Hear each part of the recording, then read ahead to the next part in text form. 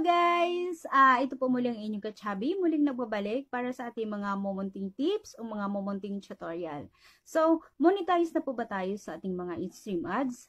At meron na po bang ads ang ating mga in-stream ads or wala pa? So, kung wala pang ads sa inyong mga in-stream ads guys, baka ito po ang hindi ninyo na-on. So, para malaman ninyo kung paano po natin gawin ay panoorin nyo lang po ang aking video hanggang sa dulo. Ayan, open po natin ang ating mga cellphone at wala tayong ibang gawin kundi i-click natin yung Facebook. Kasi dyan tayo ng ating mga gagawin. Pag na-click na po natin yung Facebook ay mapupunta na po tayo dito guys. Ayan po, pag nakita nyo yun guys, pumunta na naman tayo sa ating dashboard. Ayun sa taas makikita natin yung dashboard na diretso na siya. So, ayun nga guys. Dati guys, ito yung dashboard ko. Ito yung engagement ko. Napakaganda pa, 'di ba? Pero prank lang yan. Sa ngayon kasi guys, ito na siya. Ayan guys, sa ngayon ay namumula po tayo. Ayan. Click natin yung simmer guys. Ayan. Nang ganyan tayo guys, makita natin yung see all sa gilid.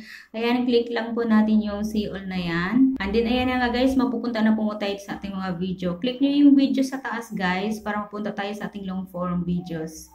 So ayan na nga po guys, ang aking mga long form videos. So pili po tayo ng isa. So dito po ako sa my mini vlog malunggay na may 1,258 na reach. Ayan po ang ating i-click at ating isa sample.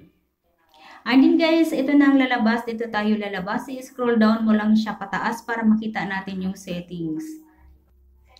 So ayan lang, kasunod lang yung settings guys. Konting scroll down lang. Tapos ayan, click nyo yung settings para mapunta tayo sa ating tinutumbok. So, ayan na nga po guys, kailangan yung ads on video natin ay naka-on po yan. Kasi once na hindi yan naka-blue, so ibig sabihin hindi talaga malalagyan ng ads ang inyong mga long form video. So, ayan na po guys, hopefully nakatulong. Don't forget to like, comment, and share para updated kayo sa ating mga next videos. Salamat po sa inyong panonood. Bye!